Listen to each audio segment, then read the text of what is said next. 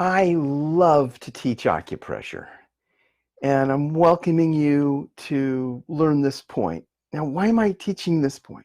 Because I asked my viewers to please tell me what hurts you, what are you dealing with in your life in terms of what do you want to learn an acupressure point for? And more people said they wanted to learn an acupressure point for relieving anxiety. This is it.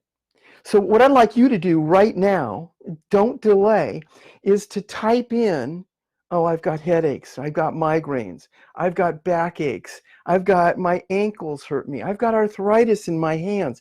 Type it in. Whoever wins, I will show you those points. That's the name of the game. It's easy. Just, arthritis, and tell me where, or whatever it is. Maybe your memory is going. Did you know there's acupressure points for that? There's acupressure points for balancing your emotions. You might say to yourself, give me a break. Well, I'll give you a break. I'll actually show you right here, this point. I want to show you where it's located and how to use it to balance your emotions. Some people, it's not like they're a mess, it's just that they're imbalanced. And it may be that they're imbalanced because they're addicted to eating sugar. So many millions of people are in that syndrome, and they're addicted to it. I'm just giving you one example. And it causes problems within the body. Doctors have found that all kinds of things are worsened by sugar. And one of the things I love about acupressure, I'm jumping all over the place here because I love to teach and I want to teach so much. And really, we're going to get into this point. I want to show you where it's located, what it's good for. Let's get into it right now.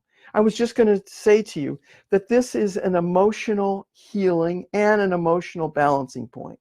So I want to show you where it's located now.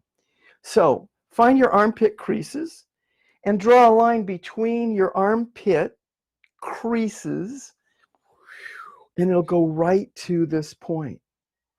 What will it feel like? How do you know you've got it? It's in a dip. It's on your breastbone. I'm tapping my breastbone right now. And right in the center of it, and if you rub up and down, you'll find, oh, there's dips, there's bumps. And in between the bumps are dips. In this dip is the acupressure point. This dip, well, there's a lot of dips. So put a finger in this dip, a finger in this dip, a finger in that. So you'll be holding several dips and then breathe deeply. That's what will enable you to get the full benefit of this point that's called the C, this point. It's called the C of tranquility. It will calm you. And that's why it is so great for relieving anxiety and panic attacks. There's people, they don't know what to do, and so they take medications. If that's the only thing you know what to do, and that's, then okay. But medications often have side effects. So that's why I wanted to show you this. I love this point. I'll go down the street, I'll go anywhere at a meeting, and I'll be holding this point. And the more that you hold, you can't overdo this too much. I mean, you can overdo any good thing, right?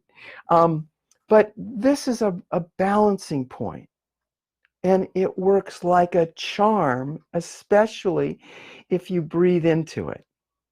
What do I mean, breathe into it? I mean, as you hold the point, deepen your breath. Yeah, you'll be able to do this. This is something that you can do. Acupressure is easy. There's 360, sometimes I say there's 365, depending upon how you're counting. Most of these points are on both sides of the body. This one right here is in the center, right in the center of your breastbone. So you learned something. If you have an acupressure chart, This point right here is CV, stands for conception vessel. You don't need to know that or even what it's all about. It's a healing channel, the conception vessel, and this is the 17th point on it.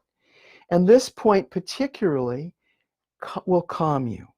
Especially, it'll calm you anyways, but if you breathe deeply, this point will, it's just wonderful for counteracting stress. Okay? So I'm going to leave you with that. And I want you again to type in what you want me to teach you. It could be in your buttocks. It could be in your back. It could be in your shoulders, your neck.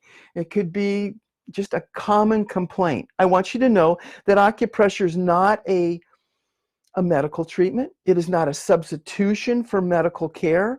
If you have a medical problem, you should see your doctor. But acupressure is wonderful to know. I'll just give you an example. If a person has multiple sclerosis, acupressure can help you, but it's not going to be a substitution for what your doctor recommends. So this is how it works hand in hand. I mean, that same thing is true for, let's say, asthma.